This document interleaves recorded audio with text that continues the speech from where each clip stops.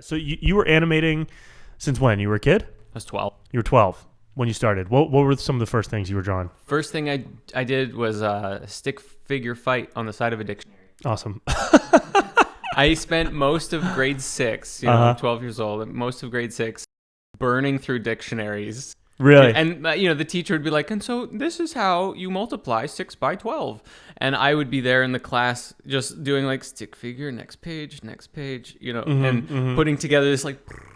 Oh, yeah, like a flip book. I started getting really creative and like using pencil crayons and getting colors in there so that when the stick figure got stabbed, there'd be all the red blood and then the alien ship that's so cool. come down off the top corner. And wow. Really elaborate. And I had like, this much space to work with. Yeah, like an inch of page edges. Yeah. Exactly. What inspired that? Were you just a creative kid? Did you grow up like around any artists in your family or anything? Not really. I think it must have been TV. I mean, I grew up loving cartoons and animation, and a Sailor Moon was the first anime that I ever saw, and then Dragon Ball and Pokemon and Digimon and all those shows.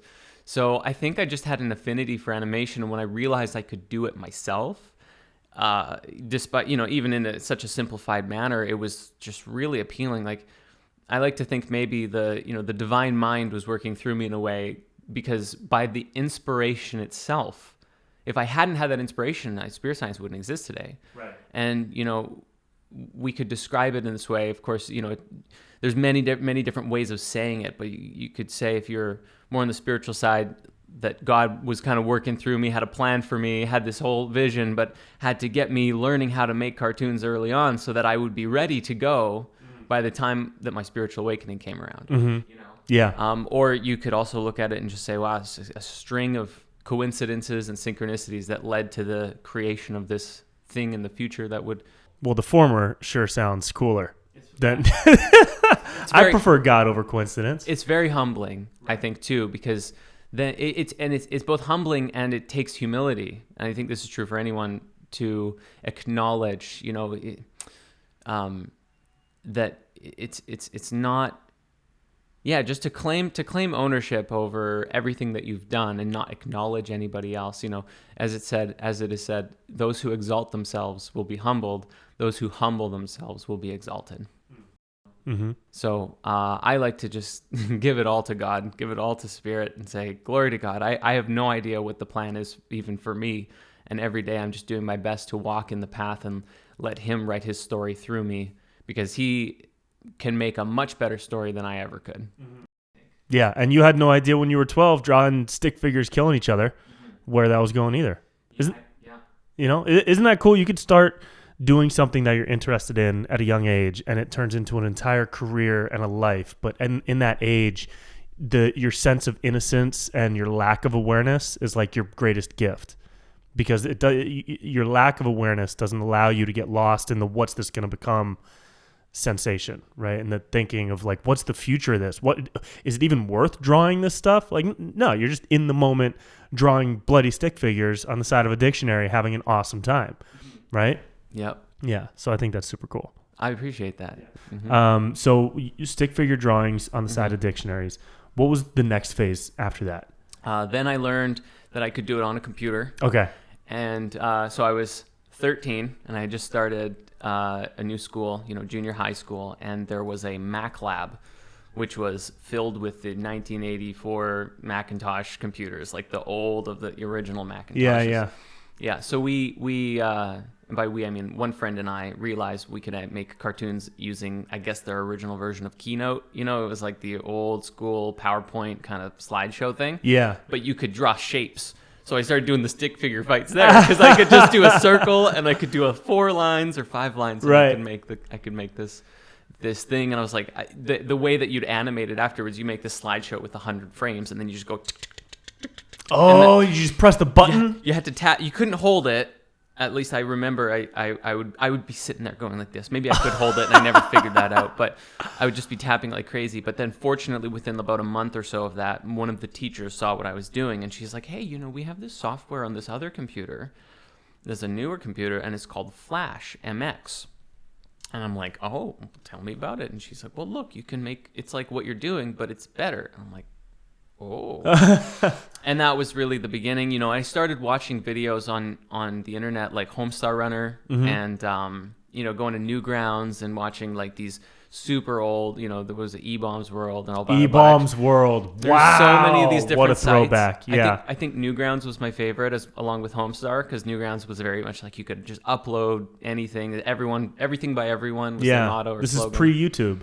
It was pre-YouTube. Yeah, yeah. My first video I uploaded I was probably 13. It got blammed, which means like you upload a video onto Newgrounds and then there's like a review process where you can vote on it. And if you get enough negative votes, it just gets deleted from the site because they had to preserve a level of quality. Oh, wow. Because there was a limited amount of storage space back then, you know. Oh, okay. Yeah. And so there was like a review process. So my first video got blammed, but then I started making some things that were a little bit more elaborate and practicing more. And the first video that I actually published, I guess, I was still 13, and it was called Devil May Cry Flash Edition. It's still up available. You can watch it on Newgrounds. It's still there. And it was like a parody where I did like 16 different styles, maybe not that many, but a bunch of different styles I was playing with to animate like a parody of the Devil May Cry video game because that was something I was like super into. Cool. Okay, cool. Yeah. Awesome. And then from there, you know, I did a Metal Gear Solid parody and a Kingdom Hearts parody, and I just started experimenting. I started writing a story of my own and started animating that. And then from like 14 to 18 or so, I was animating this series called Exile, which is a book that I'm still writing, and I want to do a full production feature of it one day. But the you know, it's kind of like a cross between if you mixed Star Wars and Harry Potter and Lord of the Rings and all of these, you know, epic stories. those are three epic tales of good versus evil. Well, sort of, but Exile is my own story. Awesome. Inspired by all these different anime shows, movies, and things. Oh, but cool, it was all cool. put together into an original telling of an original story. Awesome. That I animated 4 episodes of. But they were so elaborate, and I decided to make it really hard on myself. Like I could have done the mouth, you know, just 2 frames, just Right, all right. the lip syncing. It could have been like whenever Just the characters up and down. talk. Instead, I hand drew every mouth individually throughout the entire thing. So and that was just, I know, it's insane. And so every episode took about a year to produce. Whoa. And that would be how I would spend my evenings. I would go to school, I'd come home, and like 3 to 5 hours every night, I was just working on these cartoons. Wow. And telling these stories. And so I did that from 14 to 18 or 19. Did you put any of these out at the time? there's And they're still out, you there's said? 4 full episodes. Yeah, they're all up on my YouTube and Newgrounds and stuff. Cool. And then from there, it was when I was 19, I had my spiritual awakening. I just finished college, and Finished college at 19 is going to sound crazy to Americans. yeah, well, it was 18 and 19. Okay. You know, and I was right at the end of being 19. I was almost 20. Okay. I was finishing. I had 2 years of college where I did video. I actually took DMT in college. Mm-hmm. That's not a joke. Was that digital multimedia technology? Oh, that was a class. Okay, great. Yeah, and then they changed it to digital media design because I think a few years later they realized Really? they probably, well, or maybe design was a more appropriate name, but the course was called DMT. I didn't even know what that meant back then, but I took that 2 years of that, and I learned like After Effects and web design and more graphic design. My art skills improved and all that stuff.